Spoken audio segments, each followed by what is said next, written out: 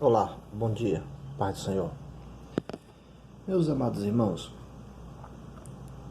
hoje uma das maiores, quase tudo na Bíblia Sagrada, não na Bíblia Sagrada, não por culpa da Bíblia Sagrada, não por culpa das Escrituras, não por culpa dos 66 livros, porque eles são harmônicos entre si, né? Na Bíblia Sagrada não há contradição. Pode até haver alguma contradição entre os seus escritores, mas não entre a mensagem pregada por ela, aquilo que Deus quer passar para a humanidade, que é uma mensagem já fechada já. Tudo que o homem precisa saber concernente à salvação está na Bíblia Sagrada. Na Bíblia Sagrada tem informações que a gente ainda nem começou a usufruir, e são informações de coisas do futuro. A gente apenas sabe porque o Espírito Santo de Deus e o exame das Escrituras vão nos revelando.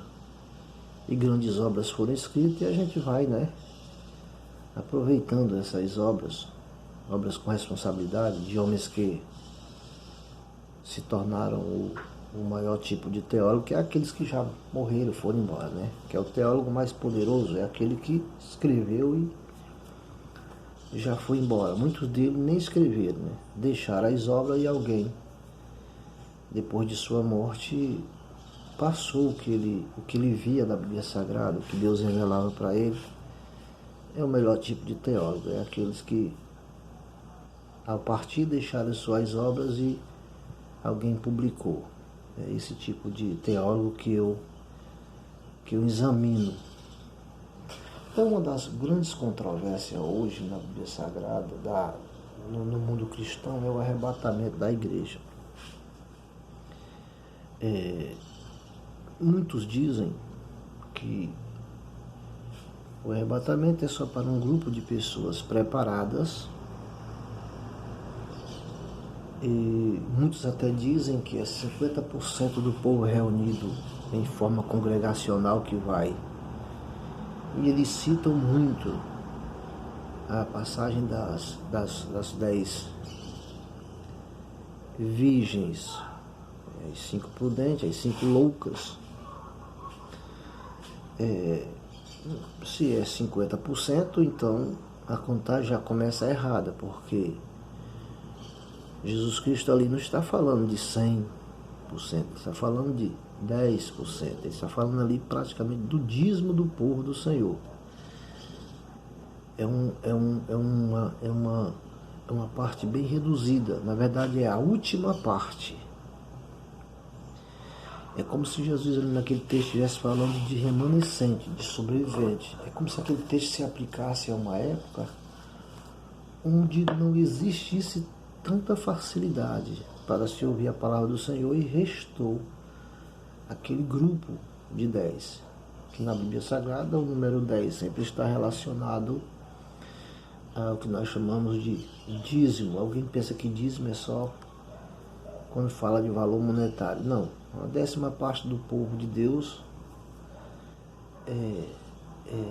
é tipificada ali naquele texto. Então, sendo assim, se esse texto pode ser citado referente ao arrebatamento da igreja, então os salvos são 5% dos 10% que tem em todas as congregações. É muito pouco os salvos aí nesse entendimento desse povo, Não, esse texto não se refere ao arrebatamento de igreja, não. Esse texto se refere a um outro período da história e ainda é escatológico. Esse texto é mais referente a judeu do que a nós. Esse texto é mais para judeu do que para nós. Pode ter certeza do que eu estou lhe dizendo. Eu, quando olho para a Bíblia Sagrada, deixando esse texto de lado das virgens, que gera mais um pouco de complicação quando você vai falar de arrebatamento. Ele foi inserido, mas eu não acho ele necessário nesse assunto. Eu vejo pelo menos 3 grupos de salvos no arrebatamento da igreja. E eu acredito no arrebatamento coletivo. Eu não acredito em arrebatamento parcial. Eu acredito no arrebatamento coletivo e no arrebatamento quase que invisível mesmo, porque eu não abrir e fechar de olhos, então é invisível. Eu creio no arrebatamento oculto, invisível, realmente, acredito nisso,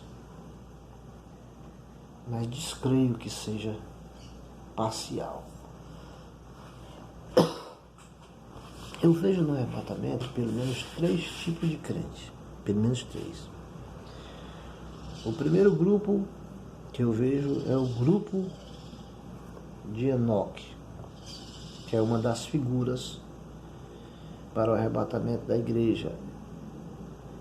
É um dos 3 textos onde Paulo tira o seu argumento doutrinal de 1 Tessalonicenses capítulo 4, versículo 17, ou é 19 a partir, falando do arrebatamento.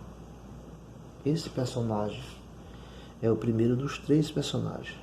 É a primeira das 3 passagens onde Paulo afirma a sua doutrina, o seu ensinamento a respeito do arrebatamento. O primeiro é o grupo de Enoque, grupo de salvo. O segundo é o grupo de Ló, capítulo 19 de Gênesis. Esse é o segundo grupo de salvo. Aqueles que são tirados às pressas, de meio a uma tribulação, de meio a uma sociedade que não o quer, que o rejeita. Esse é o segundo grupo de salvo. E o terceiro grupo de salvo é o grupo de Elias. Esse é o terceiro grupo de salvos. Então, baseado nessas 3 passagens que eu estou falando, na vida desses 3 homens, então o número de salvos não são pouco. É muita gente salva. Não dá para condicionar a 10% do povo de Deus. É muita gente salva. E nós estamos falando de um arrebatamento. Eu estou dizendo 3 grupos apenas. Eu só consegui, nos meus estudos, buscando a Deus, examinando boas obras, esses 3 grupos de salvo. Mas eu acredito que tenha mais. Examine as passagens e veja.